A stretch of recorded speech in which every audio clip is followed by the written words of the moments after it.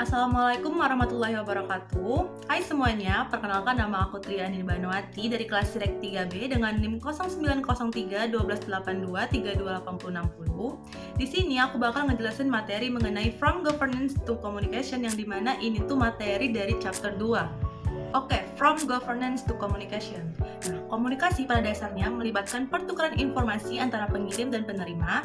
Bentuk komunikasi meliputi yang pertama ada pengirim ke penerima. Nah, misalnya diskusi antara manajer dan bawahan. Dan yang kedua ada pengirim ke banyak penerima, seperti pembicara di seminar. Nah, yang ketiga ada beberapa pengirim ke satu penerima. Contohnya menerima beberapa email dalam inbox.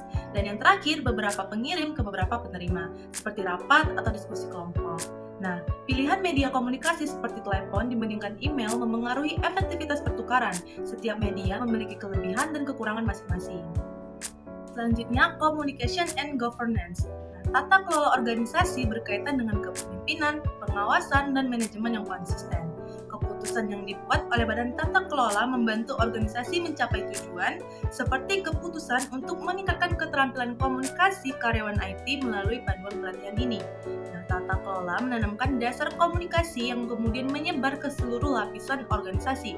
Banyak perusahaan menerapkan kebijakan komunikasi yang terstruktur dan diiringi dengan pelatihan serta umpan balik rutin dari manajer. Nah, panduan ini dirancang untuk memperbaiki komunikasi di Departemen IT dengan landasan yang kuat melalui tata kelola yang tepat. Nah, selanjutnya the communication process. How does a process help in the development of communication? Nah, bagaimana sih proses dapat membantu kita dalam mengembangkan komunikasi? Komunikasi seringkali kompleks karena berbagai medium, perbedaan budaya, dan nuansa yang terlibat. Cara terbaik untuk mengendalikannya adalah dengan membaginya menjadi bagian-bagian yang lebih kecil. Setiap aktivitas individu harus memiliki input dan output. Selanjutnya, basic of communication, yaitu 7 Cs of effective communication.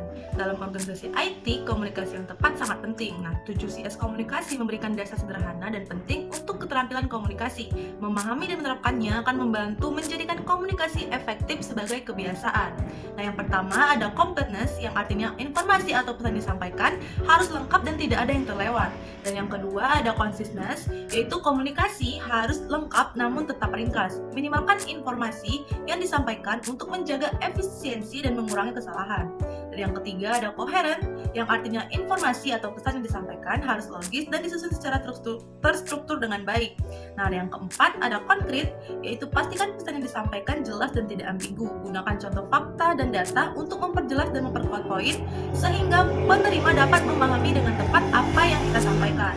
Nah, yang kelima ada courtesy, yaitu selalu berinteraksi dengan hangat dan ramah, baik dalam percakapan langsung maupun komunikasi tertulis. Hindari nada negatif dan kritik yang murni, dan sampaikan masalah dengan cara yang positif dan konstruktif, yang artinya gunakanlah bahasa sopan dan penuh penghargaan kepada pendengar kita. Dan yang keenam ada clearness, yaitu pastikan pesan Anda mudah dimengerti, hindari penggunaan bahasa yang rumit dan jargon yang tidak perlu. Tujuannya adalah agar penerima dapat memahami pesan kita dengan cara yang paling sederhana dan langsung.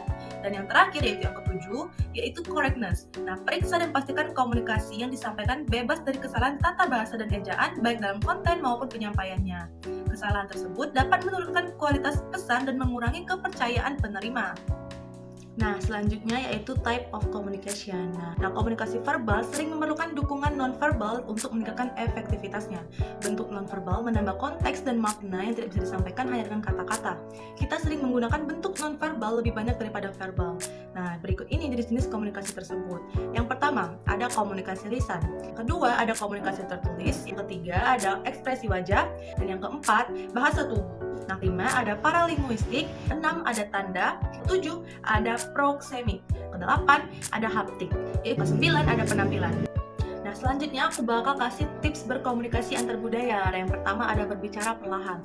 Ucapkan setiap suku kata dan kata dengan jelas. Dan yang kedua, hindari slang. Slang mungkin tidak dipahami oleh orang dari budaya lain. Dan yang ketiga, hindari idiom, yaitu frasa dan ungkapan khusus budaya bisa membingungkan. Dan yang keempat, ada humor. Meskipun kita mungkin humoris, jika pendengar tidak memahaminya, lelucon kita tadi bisa disambut dengan tatapan bingung. Hindari pamer humor yang mungkin tidak dipahami. Dan yang kelima ada pertanyaan. Ajukan satu pertanyaan pada satu waktu.